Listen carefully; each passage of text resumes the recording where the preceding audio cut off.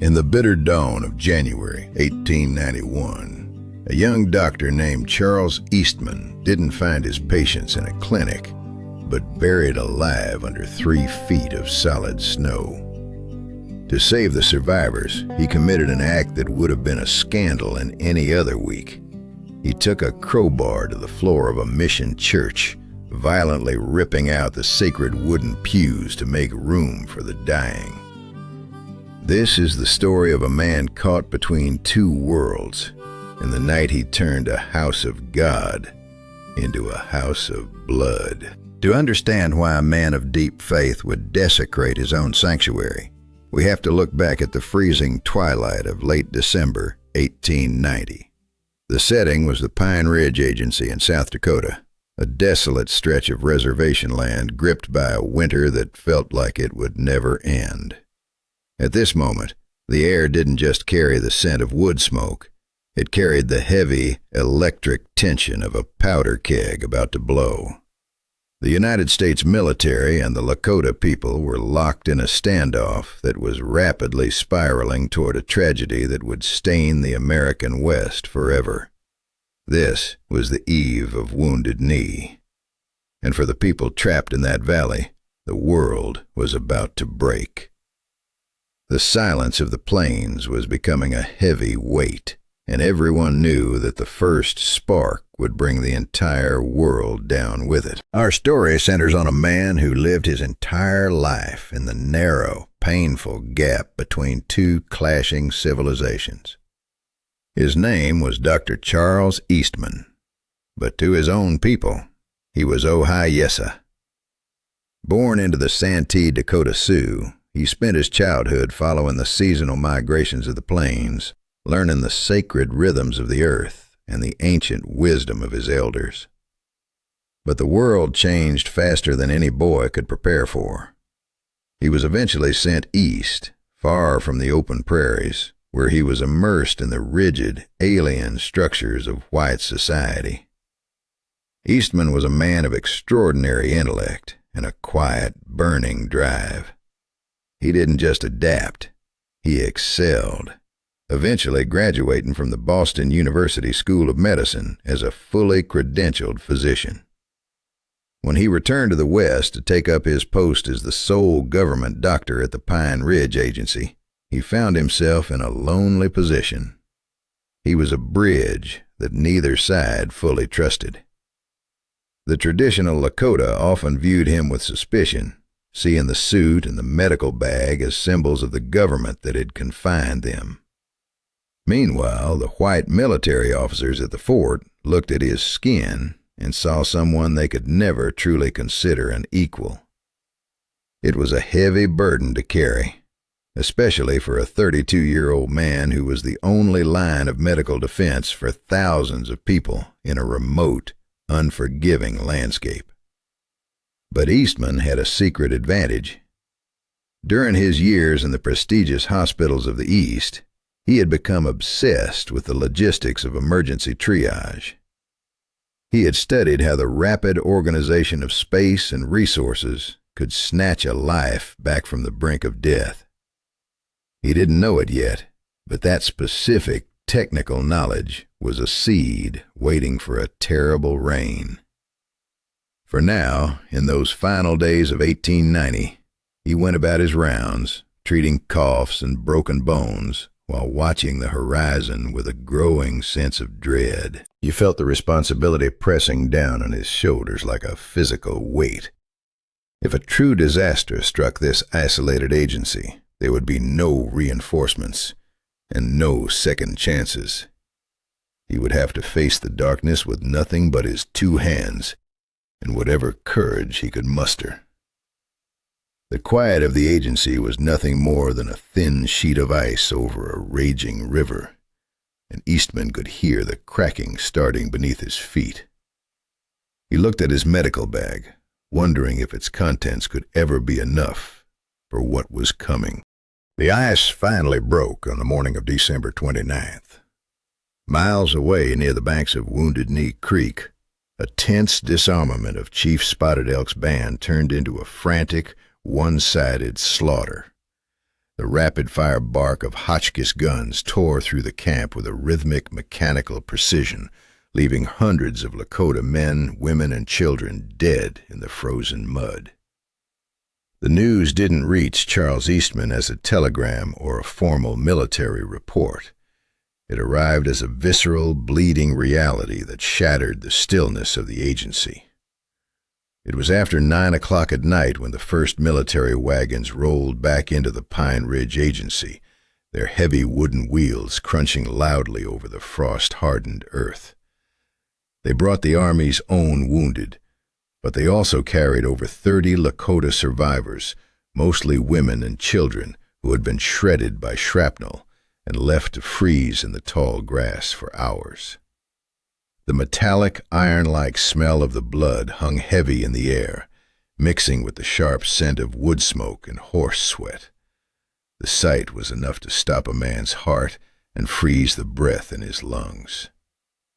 The wagons were literally dripping with blood that turned to a thick crimson ice the moment it touched the ground, coating the wheel spokes in a dark, macabre glaze that caught the flickering yellow light of the lanterns. The screams of the injured pierced the sub-zero air, a chorus of high-pitched agony that Eastman knew he couldn't ignore. He was entirely alone in this moment of crisis. There were no other doctors present to offer counsel, no trained nurses to assist him, and no hospital to house the dying. The government dispensary was nothing more than a tiny, cramped room with peeling paint and drafty windows that could barely hold 3 people, let alone 30 victims of a massacre. If you find yourself drawn to these stories of human resilience and the hidden truths of our past, please consider subscribing to the channel. Your support helps us keep these voices alive and ensures that stories like Dr. Eastman's are never forgotten. Right now, Eastman had no time to formulate a perfect plan. He ran toward the wagons, his boots slipping on the slick patches of ice as his breath came in ragged gasps that clouded like thick white smoke in the freezing night. He saw children with limbs shattered by heavy artillery and mothers clutching infants to their chests while their own lifeblood ebbed away into their tattered blankets.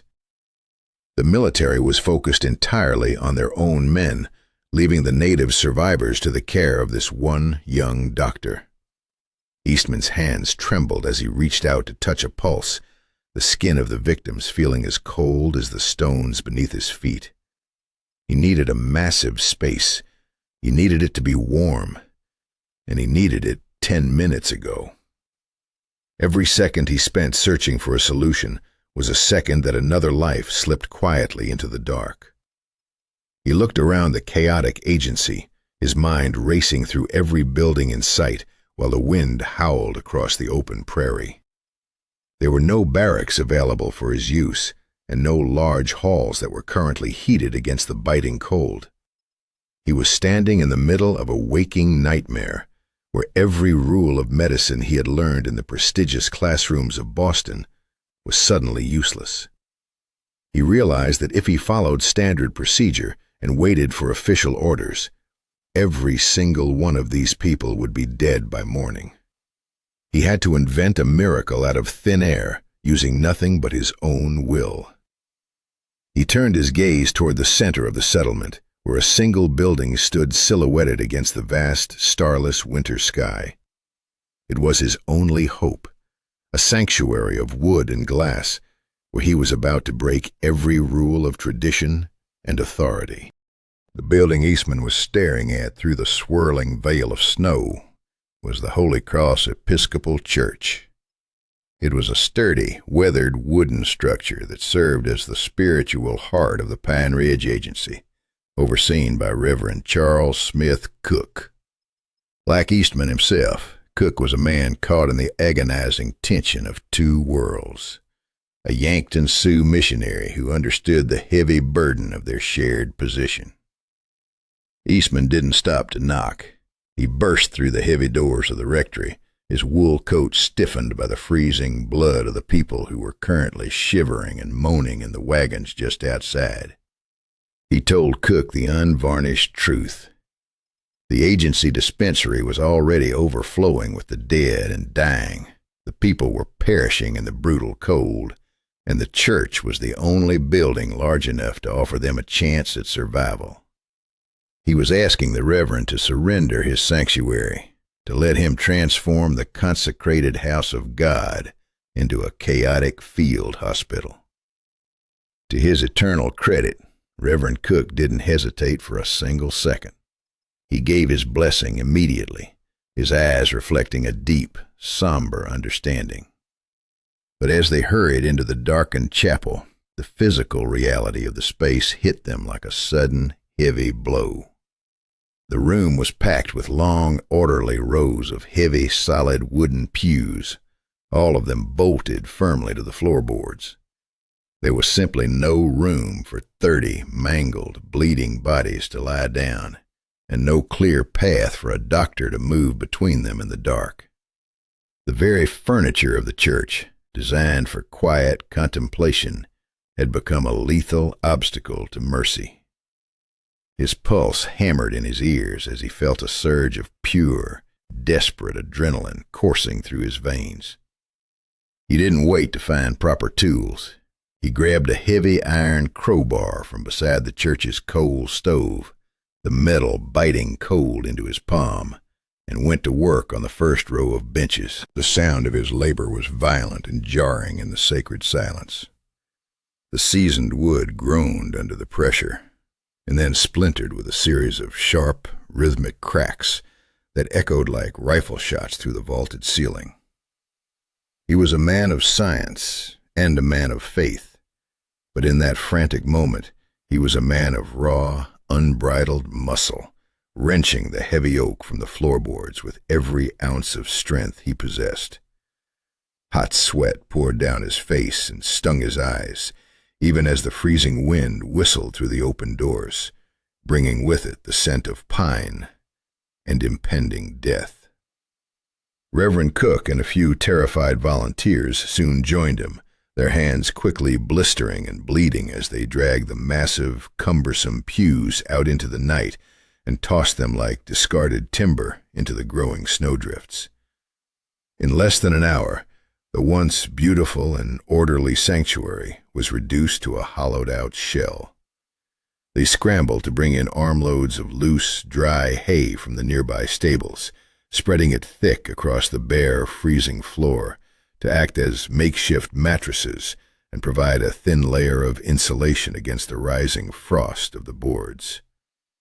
The familiar smell of incense and old hymnals was rapidly replaced by the dusty, earthy scent of dry straw and the metallic tang of blood. Eastman had crossed a line he could never uncross. He had stripped the church bare, leaving behind the sterile comfort of his Eastern training and plunging into a world of desperate improvisation, where the only thing that mattered was the rhythm of the next heartbeat. The stage was set for a night of unimaginable horror, but at least now they had a roof over their heads and a space to fight for life. The first wagon was already pulling up to the doors, its wheels creaking in the frozen mud. Once the floor was covered in a thick, insulating layer of golden hay, the grim procession began. Men carried the victims in, one by one, their boots crunching heavily on the frozen earth, before they crossed the threshold into the flickering orange glow of the kerosene lanterns. The scene inside the church was a haunting tableau, something plucked from a fever dream of the apocalypse.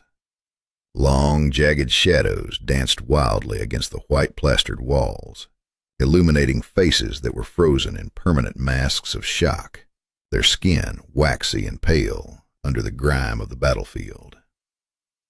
As Eastman knelt in the dust to begin his work, the true nature of the massacre became agonizingly clear. These weren't soldiers with the predictable, clean entry points of rifle rounds. These were the fragile bodies of elders and nursing mothers whose flesh had been shredded by the jagged, white-hot iron shrapnel of the Hotchkiss guns. He opened his leather medical bag and felt a sudden, violent wave of nausea rise in his throat. He had prepared for the typical ailments of the frontier, a few minor accidents or a bout of fever, not a mass casualty event of this magnitude. He reached for supplies that simply were not there.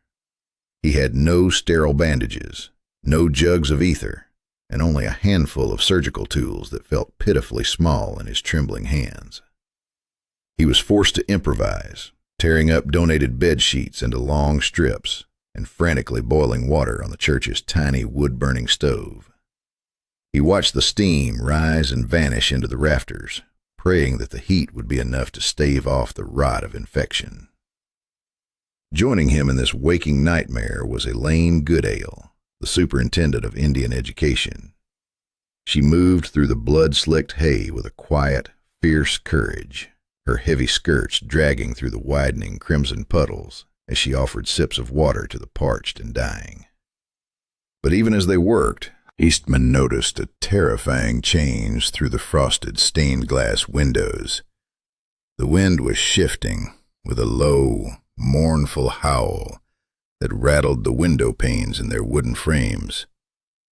The air inside the church took on a strange, heavy dampness, and the sky outside was deepening into a bruised, sickly purple hue that seemed to pulse with malice.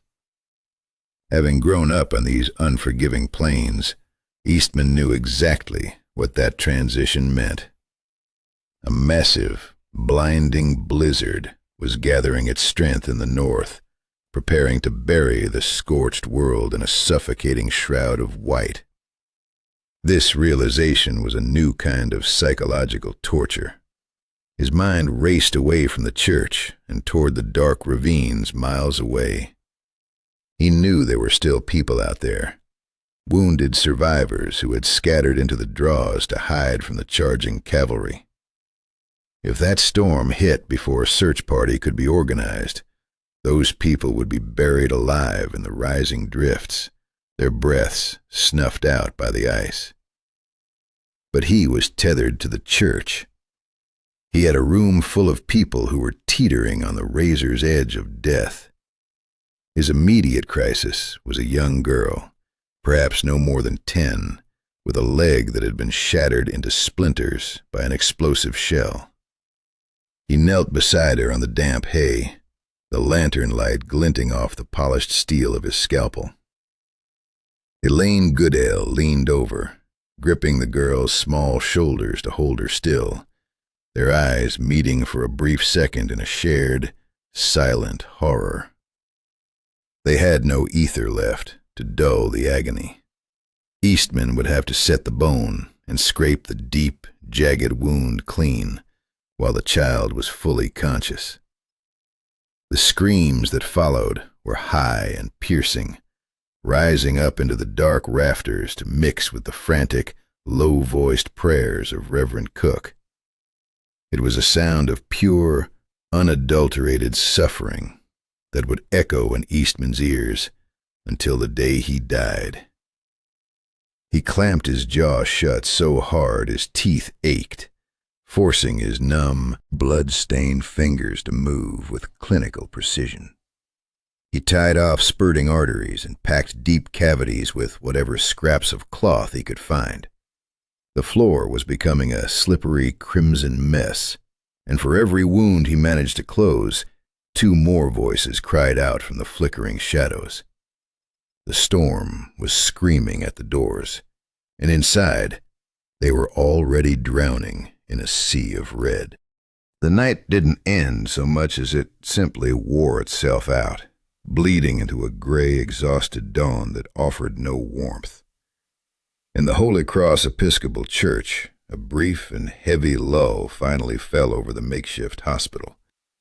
The immediate, terrifying rush of bleeding had been stopped for most, and a thick blanket of pure exhaustion began to pull the wounded into fitful, pain-riddled sleep. Dr. Charles Eastman stood near the altar, wiping his hands on a rag that was more red than white. His chest heaved as he tried to catch his breath, his lungs burning from the cold air and the thick, humid atmosphere of the sanctuary. The church looked like a scene from a fever dream, The floor was almost entirely hidden under wounded bodies resting on blood-soaked hay, while the air hung heavy with the copper smell of iron, the salt of sweat, and the sharp tang of wood smoke from the small stoves. He felt a gentle touch on his arm and turned to find Elaine Goodale standing beside him. Her dress was a ruin, stained dark with the evidence of their gruesome work, and her hair had long since fallen out of its pins. Dark, bruised circles hung under her eyes, yet in that moment Eastman saw a strength and a compassion in her that anchored his own fraying spirit. Elaine was a woman of the East, a poet and an educator from New England, who had come to the frontier with ideals. But she had thrown herself into the blood and the horror without a single moment of hesitation. She treated the Lakota victims with a profound, tender dignity that struck Eastman to his core. They stood together in the quiet shadows of the sanctuary, sharing a canteen of tepid water that tasted like life itself. The shared trauma of the night had stripped away all the societal formalities that usually governed their interactions, leaving only a raw, profound human connection. In hushed tones, they spoke not of the massacre, but of quiet things. Elaine spoke of her students and her fierce hope for their futures, while Eastman found himself speaking of his grandmother. He told her how she had taught him the healing properties of the very plants that grew in the prairies, now stained with blood. They found a quiet solace in each other's voices, creating a tiny, fragile bubble of humanity amidst the overwhelming darkness of the agency. Reverend Cook joined them shortly after, his face a mask of weariness as he carried a small pot of weak coffee. The three of them stood in a triangle of quiet solidarity, a Dakota doctor, a Yankton missionary, and a New England poet, bound together by the terrible intimacy of trying to save lives in a desecrated church. Cook softly recited a prayer in the Dakota language, his voice a soothing rumble that seemed to momentarily ease the groans of the restless sleepers around them. Eastman realized then that he was not entirely alone in this struggle.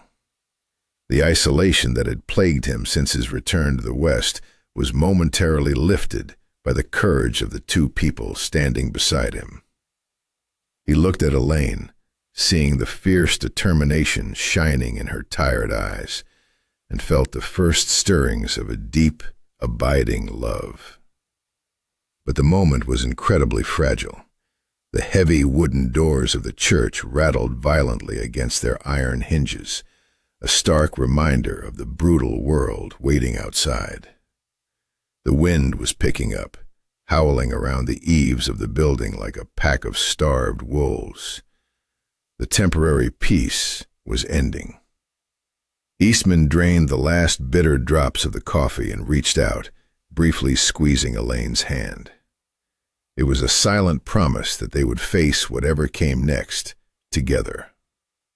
Then he turned his back on the altar and walked back out into the center of the hay-covered floor, ready to begin the grueling rounds of checking bandages and monitoring fevers all over again.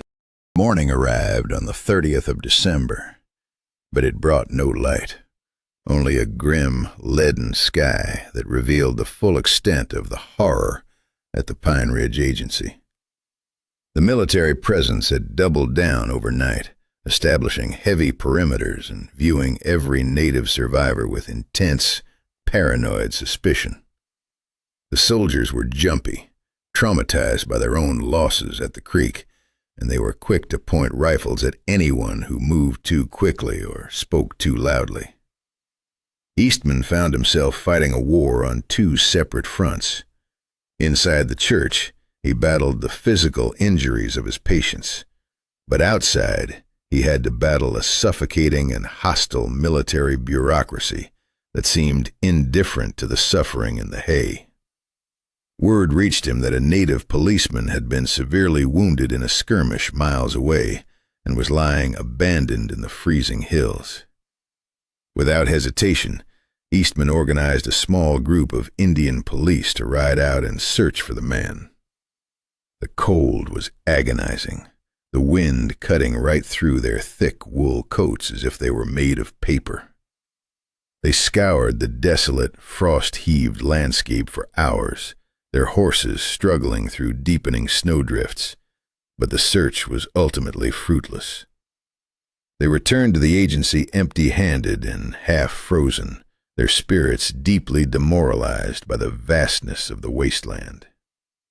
But the true escalation arrived the following day, December 31st. The atmospheric shift Eastman had noticed earlier finally unleashed its full, devastating power. A massive, historic blizzard slammed into South Dakota with a fury that felt personal. The sky vanished behind a wall of blinding, screaming white snow, and the temperature plummeted to lethal depths well below zero. It was the kind of cold that freezes the moisture in a man's nose and throat the moment he took a breath. Inside the church, the situation became desperate almost immediately. The fierce winds tore at the roof, forcing icy drafts through every crack and splinter in the wooden walls. The stoves were fed constantly, but they could barely keep the ambient temperature above freezing. Eastman watched in horror as his patients, already weakened by massive blood loss and severe trauma, began to shiver uncontrollably. This brutal weather presented Eastman with a terrifying moral dilemma. He knew with absolute certainty that there were still Lakota survivors hiding in the ravines at Wounded Knee, 18 miles away. They had fled the guns and were now exposed to a storm that could kill a healthy man in a matter of hours. If he stayed at the church, he could monitor his critical patients and ensure the stoves kept burning. But if he stayed, anyone left out in that snow would undoubtedly freeze to death. Yet to leave the church meant abandoning dozens of people who relied solely on his medical expertise. He paced the hay-covered floor, torn between the agony right in front of him and the unseen agony miles away. The military commanders outright refused to send their men out into the whiteout, declaring any rescue mission suicidal. They ordered everyone to stay put and wait for the weather to break. Eastman was entirely on his own. He had to decide whether to obey the military authorities or defy orders and lead a civilian party into the jaws of a deadly storm on the faint hope of finding survivors buried in the ice. The howling wind seemed to mock his indecision, rattling the stained glass and threatening to blow out the fragile lanterns. He looked at the faces of the wounded, then at the frozen window, knowing that every minute he waited was a death sentence for someone in the drifts. The blizzard was not just weather. It was a physical weight that pressed down on the Pine Ridge Agency for 2 days and nights. Dr. Eastman remained a prisoner in his own makeshift hospital, listening to the relentless screaming of the wind and the fading breaths of his weakest patients. The death toll inside the church began to creep upward. Despite his frantic, sleepless efforts, the combination of catastrophic injuries and the biting cold was simply too much for some to endure. He watched helplessly as an elderly woman, whose wounds he had so carefully bound, quietly slipped away in the dark. Her body finally surrendered to the trauma, and there was nothing his medical training could do to bring her back. The sense of powerlessness was a crushing weight on his chest. Every time a patient died, he felt it as a profound, personal failure, a bitter reminder of his limitations. The hay on the floor was now a filthy, matted mess of dried blood and melted snow tracked in from outside. The smell was horrendous, a thick, suffocating stench of infection and despair that clung to his clothes and his hair. He was operating on fumes, his hands trembling from exhaustion and his mind playing tricks on him in the flickering lantern light. He began to hallucinate the sounds of crying children out in the storm, phantom voices carried on the howling wind that tore at his sanity.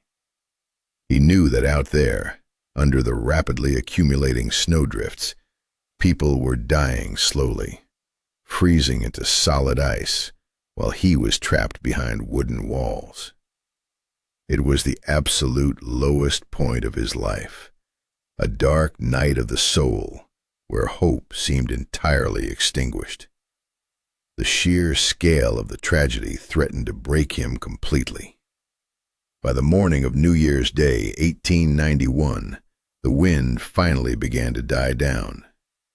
The howling ceased, replaced by a suffocating, dead silence that was almost more unsettling than the storm. Eastman pushed open the heavy church doors and stepped out into a world utterly transformed. The landscape was buried under massive, sweeping drifts of brilliant, blinding white snow, and the sky above was a sharp, clear, mocking blue. The storm had passed, but the damage was done. The devastating twist was not just the weather, but the terrible realization of what the beautiful, pristine snow was hiding. The Wounded Knee site was 18 miles away, and the storm had buried the dead and the living alike under feet of solid, unyielding ice. The military was still hesitant to move, bogged down in bureaucracy and a total lack of urgency. Eastman realized that if anyone was going to go out there and dig through that frozen graveyard, it would have to be him. He had no military support and no guarantee he would find anything but corpses. He was exhausted, starving, and emotionally shattered, standing at the edge of a frozen white ocean. He was about to launch a desperate, almost certainly doomed expedition into the ice, and he had no idea if he would ever make it back. When the sun finally broke through on New Year's Day, it was blinding, reflecting off a world that had been completely erased by the snow. Dr. Charles Eastman felt a sudden, fierce surge of adrenaline slice through his profound exhaustion. The time for waiting was over. The military might be paralyzed by protocol, but he was bound by a higher calling, a desperate need to act before the cold claimed any remaining spark of life out on those plains. He turned away from the snow-blind horizon and marched purposefully back into the center of the agency. He began to shout, his voice hoarse but ringing with an undeniable authority. He called upon the civilian population, the native police, the journalists who had come to cover the conflict, and anyone else who could ride a horse or hold a shovel. He was no longer just a soft-spoken physician. He was a leader, demanding action. His frantic energy was infectious. Men who had been hiding in their cabins, paralyzed by fear and the cold, began to emerge into the light. Reporters, armed with notebooks and cameras, realized they were about to witness history and scrambled to join the effort. Slowly, remarkably, a search party began to form. Over 100 civilians answered Eastman's call, a ragtag cavalry of the brave and the desperate, mounted on shivering horses and driving heavy wooden wagons.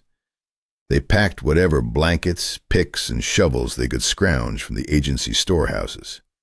Eastman moved through the crowd, checking gear and giving instructions, forming a bond of shared purpose with these men. They were a unified front against the brutal indifference of the winter. He left the church hospital in the capable, blood-stained hands of Elaine Goodale and Reverend Cook, knowing the patients were as safe as they could possibly be. As Eastman mounted his own horse, the freezing air stinging his lungs, he looked back at the small, desecrated church that had saved so many. He drew a final measure of strength from its silent, wooden walls. He spurred his horse forward, leading the massive column of volunteers out of the agency and into the vast, treacherous expanse of the snow-covered prairie. The journey was agonizingly slow. The horses plunged up to their chests in the deep drifts, struggling for every inch of ground. The men had to dismount constantly, using their shovels to carve a path through the towering banks of snow. But Eastman refused to let them stop. He rode at the front, his eyes scanning the endless white horizon, driven by a terrifying, ticking clock that only he could hear. He pushed them onward, shouting encouragement over the crunch of hooves and the groans of the heavy wagon wheels. They were a dark, moving scar against the pristine, blinding white of the snow, a lifeline stretching out into the frozen wasteland. They were determined to pull miracles from the ice, even if the ice didn't want to give them up. 18 miles is a short distance on a summer afternoon, but through waist-deep drifts, it was a journey through the circles of hell. When Dr. Eastman and his civilian search party finally crested the last snow-covered ridge and looked down into the valley, the sight that greeted them was a portrait of absolute frozen horror. The Wounded Knee massacre site was eerily silent, entombed beneath a thick, glittering blanket of white. But the snow could not hide the grotesque reality of what had happened 3 days prior. As they descended into the valley, the horrific details began to emerge from the drifts.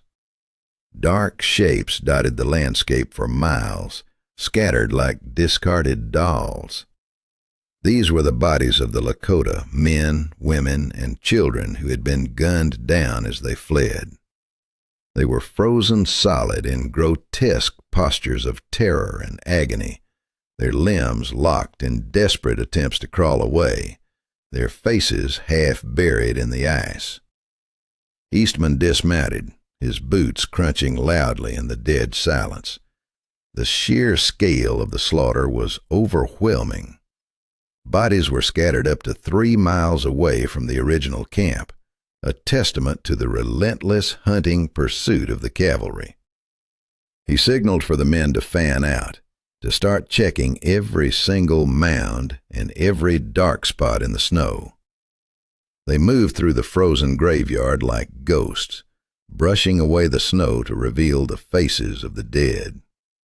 The cold had preserved them perfectly, capturing their final moments of terror in terrifying clarity.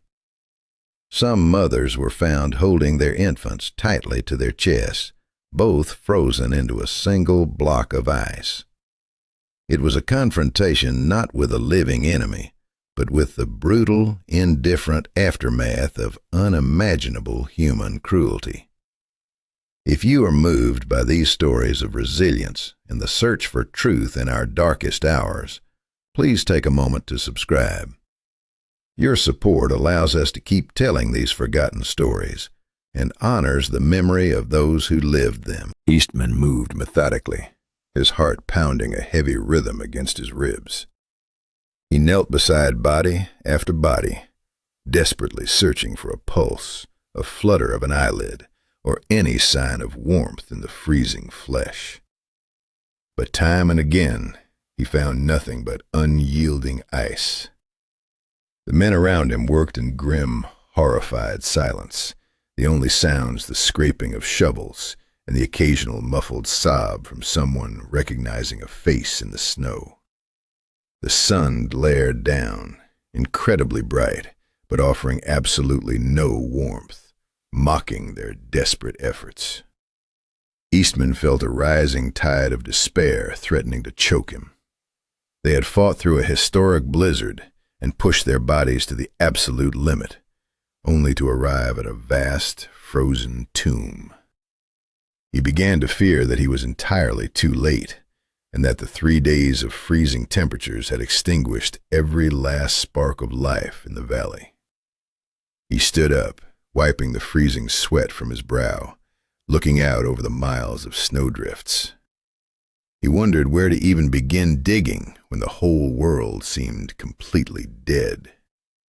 He forced his numb legs to carry him forward toward a deep ravine where the snow had drifted high against the banks. This was where the artillery fire had been the heaviest. If anyone had somehow survived the initial volley, they would be buried down there, hidden deep beneath the treacherous, unstable ledges of snow. He raised his hand and shouted for the men with the shovels to follow him into the trench, refusing to give up until every drift had been searched. Eastman led the way down into the ravine, a place where the shadows were deep and the snow had piled into massive, unstable dunes.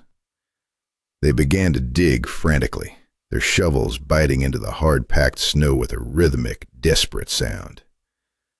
Minutes felt like hours as they excavated the frozen trench, uncovering more horrific scenes of death. But then, a sudden shout shattered the grim silence. One of the men had spotted something, a slight movement, a faint shifting in a snowdrift near the bottom of the ravine. Eastman scrambled down the icy bank, sliding on his knees until he reached the spot. He threw his thick gloves aside and began to tear at the snow with his bare hands, his fingers scraping against ice and frozen earth. As he cleared the snow away, he uncovered a thick, dark bundle of woolen blankets. He pulled the heavy fabric back, and his breath caught in his throat. Buried deep inside the drift, incredibly, was a living human being.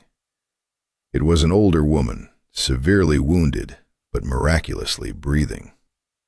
She had survived the shrapnel, survived the freezing temperatures, and survived 2 days completely buried alive under the blizzard's snow. Eastman realized instantly how she had survived. The knowledge of triage and spatial organization he had used to strip the church pews now allowed him to quickly assess her microenvironment. She had been shielded from the deadly wind chill by the very snowdrift that buried her. The snow had acted as a crude, insulating blanket, trapping her faint body heat just enough to keep her core temperature from completely crashing. Furthermore, his understanding of the incoming weather patterns days ago had driven him to push for this rescue the exact moment the storm broke, catching her in the final, narrow window before starvation and dehydration could finish the job the bullets started. He yelled for blankets and a stretcher, his hands moving with frantic, practiced precision. But the miracles did not stop there. As the men dug further along the ravine, guided by Eastman's frantic directions, they found another survivor. And then another. Deep beneath the snow, hidden from the cavalry's guns and insulated from the worst of the sub-zero winds, a handful of people had clung to life with unimaginable, superhuman resilience. Over the next several hours, Eastman and his crew performed the impossible. They literally dug freezing, bleeding victims straight out of the solid snowdrifts. In total, they pulled 11 living, breathing survivors from the frozen graveyard of Wounded Knee. Among them were a small baby, miraculously unharmed, and several adults suffering from severe frostbite and gunshot wounds. It was a stunning, desperate victory snatched from the absolute jaws of defeat. Eastman supervised the loading of these fragile survivors into the heavily padded wagons, wrapping them in every available blanket and using his own body heat to warm the freezing hands of a rescued child. They had defied the military, defied the historic blizzard, and defied death itself to pull these 11 souls from the ice. He stood in the snow, his hands bleeding and numb, watching the wagons prepare for the grueling journey back to the agency. The heavy weight of the tragedy was still there, but it was pierced by the blinding light of these 11 impossible miracles. He had risked everything, and against all odds, he had won a battle that no one else even dared to fight. The journey back to the Pine Ridge Agency was a slow, rhythmic crawl through a world turning purple and blue as the sun dipped toward the horizon. The frantic, ticking clock of the morning search had been replaced by a heavy, vigilant silence. Dr. Eastman rode his exhausted horse alongside the wagons, his eyes never leaving the 11 survivors they had pulled from the frozen earth. Among them was a 4-month-old infant, Zintkala Nooney, wrapped in heavy blankets, and an elderly blind woman who had somehow survived 2 nights of sub-zero temperatures under a simple wagon. The horses were spent, their breath coming in thick plumes of white vapor, but they pushed on through the deepening drifts. When the silhouette of the Holy Cross Episcopal Church finally appeared against the darkening sky, a collective sigh of relief passed through the search party. They had made it back. As the wagons rolled up to the heavy wooden doors, Elaine Goodale and Reverend Cook were already rushing out into the cold, their faces illuminated by the lanterns they carried. The transition was immediate and chaotic, but it was filled with an incredible sense of hope. The 11 survivors, frostbitten and traumatized, were carefully carried into the sanctuary. The pews were gone, replaced by thick layers of hay, and the stoves were roaring, casting a golden, flickering light over the makeshift hospital. Eastman went straight to work, his own exhaustion forgotten in the face of the urgent need. He treated the severe frostbite and cleaned wounds that had been packed with snow for 3 days. The church, once a place of quiet prayer, was now a scene of miraculous resurrection. Survivors from the massacre site were reunited with family members who had been brought in days earlier. Tears of disbelief and joy flowed freely as families found one another alive in the warm, hay-filled room. Eastman watched as the dying father he had found in the snow, the man who had asked for one last smoke from his pipe, was briefly reunited with his wife and daughters. The man's tears of joy were a quiet testament to the power of that rescue before he finally succumbed to his wounds. Eastman stood near the altar, a blood-stained cloth in his hand, feeling the crushing weight of the past 5 days finally begin to shift. The nightmare was not over, and the scars of Wounded Knee would never truly heal. But in this specific room, they had fought back against the darkness and carved out a space for life. He walked to a small stove and held his shaking, frostbitten hands toward the heat. Elaine stepped up beside him and wrapped a warm blanket around his shoulders. They stood together in the dim light, surrounded by the quiet murmurs of the living. The desecrated church had never felt more truly sacred than it did right now. In the long, quiet weeks that followed the massacre, the makeshift hospital inside the Holy Cross Episcopal Church slowly began to empty. As the wounded stabilized, they were moved to more permanent government facilities or taken in by grieving family members across the reservation. The heavy, suffocating atmosphere of crisis finally began to lift, replaced by a solemn period of mourning and a slow, painful recovery. Dr. Charles Eastman oversaw every single transition with a weary but watchful eye, refusing to rest his aching body until the last person was safely relocated. When the church was finally empty, he stood alone in the center of the cavernous room, his breath hitching slightly in the cold, still air. The floorboards beneath his boots were deeply stained with dark circles of dried blood and the pungent chemical scent of spilled tinctures. The faint, sweet smell of rotting hay still clung to the corners of the walls, but the agonizing cries that had once filled the rafters were gone, replaced by the profound, ringing silence of a vacated sanctuary. Eventually, the heavy wooden pews were brought back in from the frozen snowbanks outside. Men worked with grunts and heavy thuds to repair the splintered wood and bolt the benches back into place, restoring the building to its original purpose. But for Eastman, the space would never be the same. He remembered the exact spot where he had knelt on the prickly hay, his fingers numbed by the chill as he worked to save a child's life, while the wind rattled the stained glass in its leaden frames. He had entered this crisis as a man torn between two disparate worlds, struggling to find his footing on shifting ground. He emerged from it fundamentally transformed. He had proven to himself that his traditional Dakota compassion and his modern medical training were not conflicting forces, but a singular, powerful tool for the survival of his people. He had finally bridged the gap, using the hard-won science of the East to preserve the lives of the West. His heroic actions during those dark days solidified his reputation as a fierce, unwavering advocate for the Lakota. In the years to come, he would go on to write extensively, publishing memoirs that forced the distant American public to confront the brutal realities of the reservation system and the enduring humanity of his kin.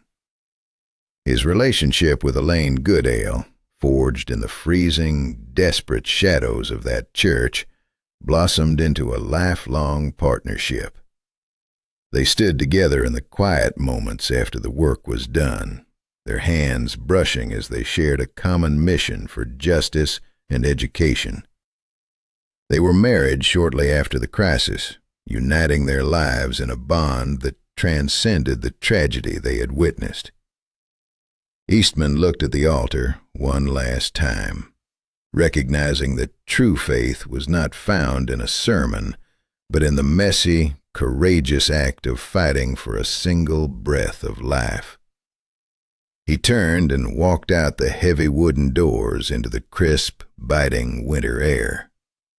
He stepped off the porch and felt the soft, yielding mud of the thaw beneath his soles. The thick crust of snow was finally beginning to recede, revealing patches of resilient, tawny prairie grass that had survived the suffocating ice. It was a quiet, earthy promise that even after the most devastating winters of the soul, life would find a stubborn, miraculous way to endure and rise again. The story of Dr. Charles Eastman at the blood-stained banks of Wounded Knee remains a haunting reminder of what true heroism looks like when the world turns dark. It is easy to look back at the jagged timeline of history and see only the sweeping tragedies and the failures of humanity that left the prairie silent and cold. But if we look closely, hidden beneath the suffocating snowdrifts of our darkest moments, we find these stories of resilience and profound compassion. Eastman did not have the medical supplies he needed or the support of the indifferent authorities, but he refused to let those limitations dictate the fate of his people. Inside the mission church, the air was thick with the metallic smell of iron and the faint, lingering scent of old candle wax as he took an axe to the very structure of the building. He looked at a sacred church and saw the raw materials for a miracle. He looked at a lethal blizzard and saw a ticking clock that demanded immediate, violent action. His decision to rip out those heavy wooden pews, the sound of splintering oak echoing sharply against the high rafters, serves as a metaphor for his entire life. He spent his years tearing down the rigid, immovable barriers of society to make room for healing and survival.